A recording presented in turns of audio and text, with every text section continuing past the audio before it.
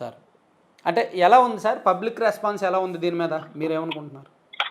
శ్రీనివాస్ గారు, సార్ ఏదైనా ఒక సంఘటన జరిగినప్పుడు sir Telugu Desam party Telugu Desam voice వినిపిస్తుంది. అవును sir. YSR Congress party YSR Congress voice వినిపిస్తుంది. అవును సార్. అది మనం పెద్దగా పరిగణించాల్సిన అవసరం లేదు. అవును, ఎవరి వెర్షన్ వాళ్ళకు ఉంటుంది. ఏ పార్టీ వర్షం వారికి ఉంటుంది. అవును, అవునండి. ప్రజల్లో ఏమున్నది అభిప్రాయం. అవును సార్. శ్రీనివాస్ గారు, నేను వైఎస్ఆర్ కాంగ్రెస్ పార్టీకి దూరంగా జరిగిన ఓ శాసనసభ్యుడిగా, తెలుగుదేశం పార్టీకి అనుకూలంగా ఉన్న శాసనసభ్యుడిగా నేను చెప్పే మాటలకు కూడా పెద్ద విలువ ఉండదు. కానీ ప్రజల అభిప్రాయం మనం చూడాలా. అందుకే ఇప్పుడు నాకు ఈ సర్వేల మీద పూర్తి నమ్మకం ఉంది సార్.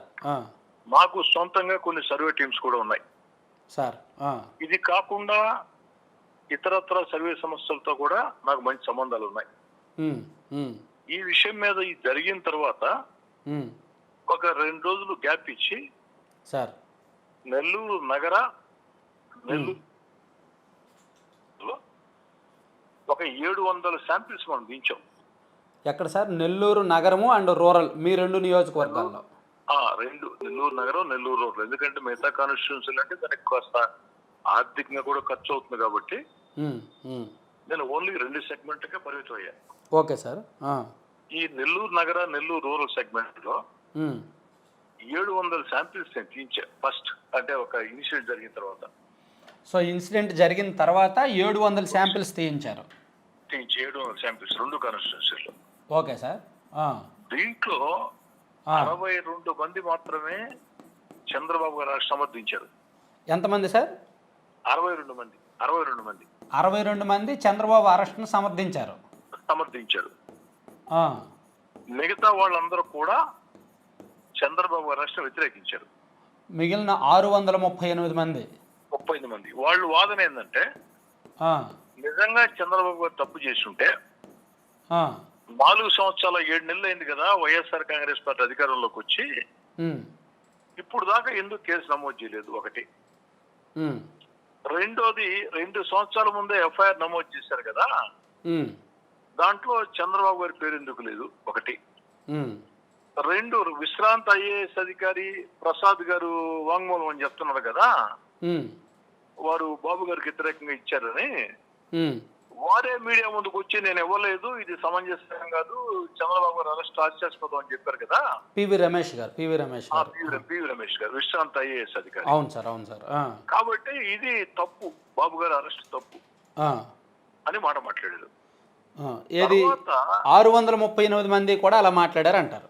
ఇలా మాట్లాడారు అంటే రకరకాల వర్షన్స్. కొంతమంది ఇది తప్పు అంటారు, కొంతమంది కారణాలు చెప్తారు, కొంతమంది అది తప్పు. మొత్తం మీద 638 మంది మాత్రం వ్యతిరేకించారు దాన్ని. అంటే నాకు చిన్న డౌట్. చెప్పండి. యాక్చువల్లీ ఇటువంటి సెన్సిటివ్ ఇష్యూస్ మీద మాట్లాడడానికి పబ్లిక్ భయపడతారు కదా ఇప్పుడున్న పరిస్థితుల్లో. మనమే కెమెరాలు పెట్టం కదా. కానీ సర్వే సంస్థలు ఒక 300 మంది, దాంట్లో దగ్గర దాదాపు 300 మంది లేడీస్ కార్డు తీసుకున్నారు. Okay sir. ఒక 400 మంది జెంట్స్ కార్డు తీసుకున్నారు. యూత్ కార్డు తీసుకున్నారు. తర్వాత ఏజ్ పీపుల్ కార్డు తీసుకున్నారు.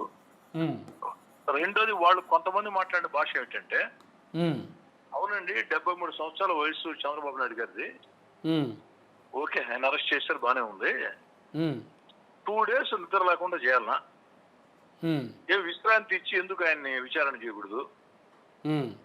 గంట వాహనాలు తిప్పాలనా? ఇది కూడా కొంతమంది మాట్లాడారు. Okay sir. సరే, ఇది అయిపోయిన తర్వాత నిన్నటి రోజు మేము ఏం చేశానంటే,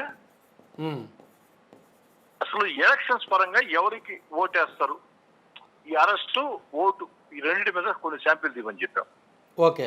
అంటే 2024 ఎలక్షన్ బేస్ మీద ఎప్పుడు ఎన్నిక జరిగినా ఈ అరెస్టు ప్లస్ మీరు ఎవరికి ఓటేస్తారని చెప్పాను. ఈ 2 కాన్స్టిట్యూన్సీలో 72 శాంపిల్ తీశారు. 72. ఈ 72 శాంపిల్స్ లో 4 మాత్రమే చంద్రబాబు గారు అరెస్ట్ సమర్థించారు. 4 మాత్రమే అరెస్ట్ సమర్థించారు. 60 వ్యతిరేకించారు. అయితే మీరెవరు ఓటేస్తారంటే 28% వైసీపీ ఓటేస్తామని చెప్పారు. 28% మాత్రమే వైసీపీకి ఓటేస్తాం అన్నారు. వైసీపీ ఓటేస్తామని చెప్పారు. 44% మాత్రం తెలుగుదేశం జనసేన ఓటేస్తామని చెప్పారు. నిన్నటి రోజు సిటీ రోడ్లో 72 శాంపిల్ తీస్తే ఈ 72లో 4 మాత్రమే చంద్రబాబు గారు అరెస్ట్ సమర్థించారు, మిగతా వాళ్ళు వ్యతిరేకించారు.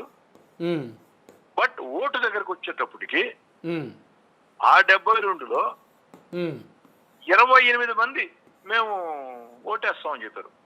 ఓకే, 28 మంది వైసీపీకి ఓటేస్తాం అన్నారు. 72 కాదు. ఓకే, 100కి తీసుకుంటే 100లో 28%. అంటే యాక్చువల్ గా నా దగ్గర ఇది లేదు, ఆ పేపర్ లేదు, మీరు జర్నీలో ఉంటే అడిగారు. ఓకే, పర్లేదు, పర్సెంటేజ్ అయినా వాళ్ళు 100కి 28% ఓటేస్తామని చెప్పారు. Okay sir. మిగతా వాళ్ళలో ఒక 5% ఇతర పార్టీలకు చెప్పారు. కాంగ్రెస్ 1% చెప్పారు, బీజేపీకి 1% చెప్పారు. దమారమే దగ్గరగా. మేము ఇంకా అన్డిసైడెడ్ 1.5% చెప్పారు. కమ్యూనిస్టులకు 1% చెప్పారు. ఒక 1% వ్యక్తి పట్టేస్తామని చెప్పి అన్నారు. బట్ మిగతా వాళ్ళు మాత్రం కూడా మేము తెలుగుదేశం జనసేన కోటేస్తామని చెప్పారు. అంటే వాళ్ళు ఎన్ని తీసేసినా కూడా మినిమం వైజ్ చేసుకున్నా కూడా 100కి 62% మేము టీడీపీ జనసేనకి వేస్తామని చెప్తున్నాం. సో ఇప్పుడు ఓవరాల్గా ఎన్ని సీట్లు అనుకుంటుంది సార్ పార్టీ పరంగా, మీరు ఎన్ని సీట్లు రావచ్చు అనుకుంటున్నారు? శ్రీనివాస్ గారు నేనేమనుకుంటున్నానంటే, ఇందాకే చెప్పా, వైఎస్ఆర్ కాంగ్రెస్ పార్టీకి దూరంగా జరిగిన శాసనసభ్యుడిగా నా మాటలు కాస్త అతిశక్తి ఉండొచ్చు కానీ ఈ పర్సంటేజ్ చూసినప్పుడు వరస్ట్ కండిషన్ లో 57-58% ఓటింగ్ ఉంటుంది తెలుగుదేశం జనసేన. వరస్ట్ కండిషన్ 57-58 ఉంటుంది. ఈ పరిస్థితుల్లో నాకు తెలిసి వైఎస్ఆర్ కాంగ్రెస్ పార్టీకి 10 నుంచి 15 సీట్లు వస్తాయి. 10 నుంచి 15 మాత్రమే వస్తాయంటారు. మీరు కావాలంటే కౌంటీ రోజు మాట్లాడుకుందాం. అంటే వైసీపీకి అంటే ఒక నా మాట అండి, యాక్చువల్లీ నేను 2004 ఎలక్షన్స్ నుంచి బాగా దగ్గరగా అబ్జర్వ్ చేస్తున్నా. అంటే మీ అనుభవం, మీ వయసు పెద్దది. యాంటీ టీడీపీ నియోజకవర్గాలు రాష్ట్రంలో దగ్గర ఒక 45-50 వరకు ఉన్నాయి. అక్కడ టీడీపీ గెలవడం కష్టం. ఇంతకుముందు కాంగ్రెస్ గెలిచేది, ఆ తర్వాత వైసీపీ గెలుస్తుంది. సో అటువంటి చోట కూడా మార్పు ఉంటుంది అంటారా?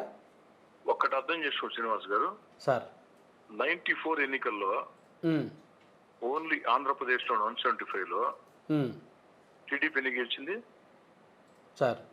201 ఎంటైర్ స్టేట్ లో రెండు రాష్ట్రాల్లో కాంగ్రెస్ గెలిచి 26, 2 స్టేట్స్ లో కాంగ్రెస్ గెలిచింది 26. అవునండి. మరి మనం 40-50 సెగ్మెంట్లు ఈ స్టేట్ లో ఉంటాయని ఎట్ట అనుకుంటాం సార్? ఇప్పుడు జనం ఒక మైండ్ సెట్ కు వచ్చినారు శ్రీనివాస్ గారు. చంద్రబాబు గారికి ఓటు ఇయ్యాలా, సంక్షేమ పథకాలు ఎవరున్నా ఇచ్చేయే, అభివృద్ధి పూర్తిగా అయిపోయింది, ఉద్యోగాలు లేవు, ప్రభుత్వ ఉద్యోగాలు లేవు, ప్రైవేట్ ఫ్యాక్టరీలు మొత్తం ఇతర రాష్ట్రాలు పరిగిస్తా ఉన్నాయి. ఈ టైంలో చంద్రబాబు గారు అయితే కరెక్ట్. బట్ 2024 ఎన్నికల కౌంటింగ్ రోజు మాత్రం అందరికీ నేనే గుర్తుకొస్తా. Okay sir. Thank you Srinivas గారు. Thank you sir. నమస్తే సార్. బాయ్. సో ఇది కోటంరెడ్డి శ్రీధర్ రెడ్డి గారు అంత కాన్ఫిడెంట్గా ఉన్నారు. చంద్రబాబు గారు అరెస్టు, టీడీపీ జనసేన పొత్తు ప్రభావం, రాష్ట్ర వ్యాప్తంగా జనంలో ఉండే గాలి, ఇదన్నీ కూడా చెప్తున్నారు. సో చూద్దాం ఎవరికి ఎన్ని సీట్లు వస్తాయి ఏంటనేది. Thank you.